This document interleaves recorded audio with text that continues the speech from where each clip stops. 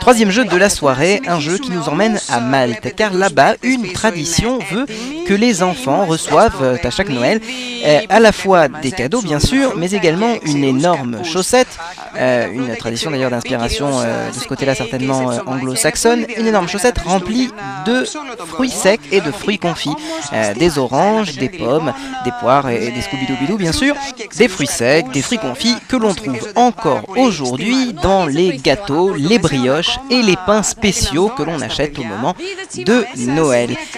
Tout est prêt pour ce jeu en 2 manches, le Portugal saute son tour et jouera le fil rouge. Le jeu va démarrer sous le coup de sifflet de Denis Petiot, un jeu que nous avons intitulé Reine d'un soir. Pourquoi ? Eh bien parce que les reines qui sont dans ces voiturettes seront les protagonistes de ce jeu numéro 3, un jeu qui va se dérouler sous la neige, ce qui ne sera pas sans compliquer la tâche de nos candidats. Le but du jeu, il est très simple, récupérer donc à l'aide de ces filets à papillons un maximum de fruits secs, et ces énormes ballons sont censés représenter des fruits secs, une manche dans laquelle jouent la Grèce et la Suisse.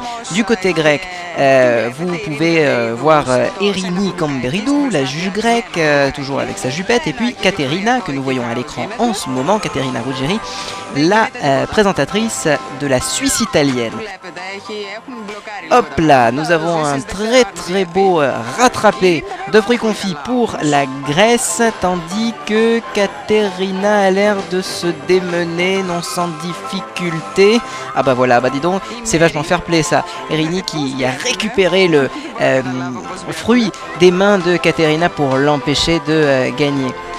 Comme vous le voyez, non seulement les candidats n'y voient rien, mais les caméras non plus, complètement recouvertes de cette neige artificielle qui envahit le plateau de Cardiff de ces Jeux sans frontières de Noël 1994. La Grèce à l'écran.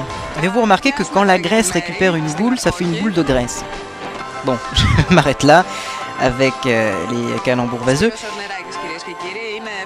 La collecte des fruits se poursuit dans un certain désordre, je dois dire. Nous avons des reines suisses qui viennent de passer par ici, des reines grecques qui repasseront certainement par là, Katerina qui récupère une boule, la place dans la voiture. Tiens, on évite une de justesse, elle a évité le coup de boule bien sûr. Tandis qu'un de ses coéquipiers est en train de grimper en haut d'une tour pour récupérer certainement un fruit resté coincé. Un jeu très amusant, enfin en tout cas pour nous qui le regardons, même si on n'y comprend pas grand chose. Je ne sais pas si le plaisir est partagé par les concurrents qui ont de la neige partout. En tout cas Erini rigole beaucoup. Fin du jeu, voici le ralenti. Un ralenti avec des images grecques d'un candidat qui récupère magistralement la balle dans son filet à papillons, et en voici une deuxième. Et je profite de ces images de replay pour vous inviter à consulter régulièrement le site www.jsfnet.fr, le site des passionnés de Jeux sans frontières, mais pas seulement, car vous y retrouverez non seulement des statistiques, des images et des photos de l'émission, mais vous y retrouverez également l'actu des anciens animateurs et des rubriques culturelles et touristiques pour aller visiter les lieux qui ont accueilli l'émission.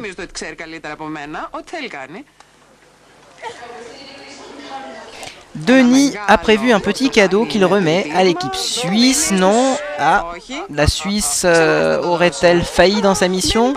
Peut-être, car effectivement, ce sont les Grecs qui sont récompensés par Denis, ce qui n'est pas du tout du goût des Suisses. Ça finit en bataille de boules de neige. Il est à présent temps de retrouver Yestine et Dorothea sur le plateau du fil rouge. Une troisième manche avec un troisième pays, celui qui ne jouait pas dans la manche précédente et qui ne jouera pas dans la manche suivante. Il s'agit du Portugal. Le Portugal qui joue en vert et contre tous. Quoique cette couleur assez délavée ne soit pas complètement du vert, mais un vert fluo presque jaune qui était utilisé en 1994 pour la petite histoire, afin de le différencier de la couleur de la Slovénie, car il y avait 9 pays, beaucoup de couleurs et donc des couleurs qui se ressemblaient. Les Slovènes avaient opté pour un vert foncé, un vert couleur Robin des Bois. Et donc les Portugais s'étaient rabattus sur un vert très clair, quasiment fluo selon les tissus utilisés. Le problème ne se répétera plus les années suivantes puisque la Slovénie reviendra 2 ans plus tard en rose, un rose fuchsia, le Pays de Galles ayant arrêté de participer à l'émission et la Suisse ayant récupéré la couleur rouge. Et puis donc en 1999 pour la dernière édition, le Portugal n'était pas présent et la Slovénie avait récupéré donc la couleur verte, mais cette année-là il n'y avait qu'un seul pays en vert. Retour au jeu, comment ça se passe pour les Portugais? Eh bien, les Portugais ont, semble-t-il, quelques difficultés à accumuler les cadeaux. Les Portugais qui, vous voyez, regardez, ils se font même aider par Denis qui semble être pris de pitié pour des Portugais en mal d'organisation. Pourtant, la technique qui a été testée par les Portugais semblait assez convaincante avec d'un côté la courte échelle, un candidat qui est monté dans la cheminée pour... Ah bah dis donc, le candidat est même tombé. Un candidat qui est tombé dans la cheminée. Ça me rappelle une chanson. Bon, on n'en saura pas plus. Un accéléré pour résumer en quelques secondes l'épreuve qui vient de se dérouler. Un ramassage de cadeaux complètement impeccable. Et ensuite, beaucoup plus de difficultés à faire rentrer les cadeaux dans le trou de la cheminée. Denis arrive avec la récompense. Comme c'est la tradition à l'issue de chaque fil rouge, le cadeau est assez volumineux. Je pense que ce n'est pas signe d'une brillante performance de la part du Portugal. Tout s'enchaîne sur les chapeaux de roue. Ça tombe bien parce qu'on va retrouver nos voiturettes, nos rennes et nos fruits confits pour le jeu numéro 3, deuxième manche. Le Portugal donc a joué le fil rouge. Nous avions dans la première manche la Grèce et la Suisse. C'est à présent au tour de Malte et au tour du Pays de Galles. Pour une deuxième partie de jeu qui commence plutôt pas mal pour les Gallois qui récupèrent une première balle, une première boule. Ça bouge dans tous les sens, même les caméramans ont l'impression de ne plus s'y retrouver.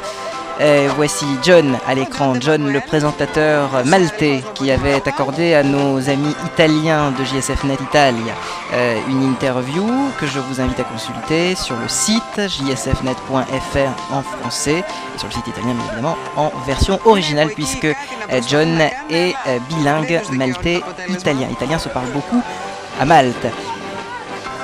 Et la neige qui embue complètement l'objectif des caméras qui filme cette rencontre complètement improbable, ces Jeux sans frontières de Noël. J'espère que vous prenez beaucoup de plaisir à suivre avec nous cette émission.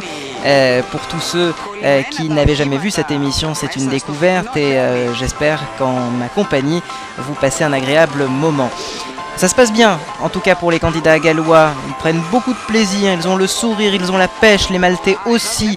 Je ne veux pas être mauvaise langue, mais j'ai l'impression que les candidats de cette deuxième manche, les Maltais et les Gallois, prennent beaucoup plus de plaisir que les candidats de la manche précédente qui étaient un petit peu plus empêtrés, avec la neige qui colle aux yeux, qui colle au nez, qui colle à la peau au final.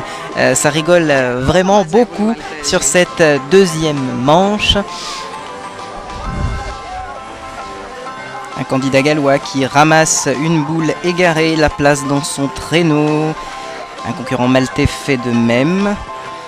Et ça se bouscule pas mal. Un candidat gallois tentant de chipper la balle à ses camarades, ou plutôt adversaires maltais. Fin du jeu, sifflé par Denis. Nous allons voir quelques images de ralenti dans quelques instants.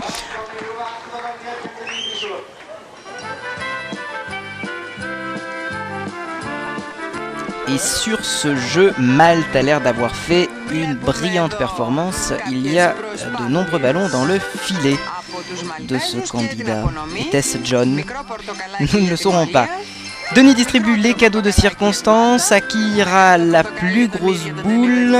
Eh bien, peut-être pour les Maltais s'il court assez vite. Malte est en tête sur ce jeu suivi du Pays de Galles, de la Suisse et de la Grèce. Le Portugal avait joué le fil rouge, donc pas de points, même si les points comptent peu. Classement général, la Suisse est en tête, suivi du Pays de Galles, de Malte, de la Grèce. Le Portugal ferme la marche, ce qui est assez inhabituel pour être signalé.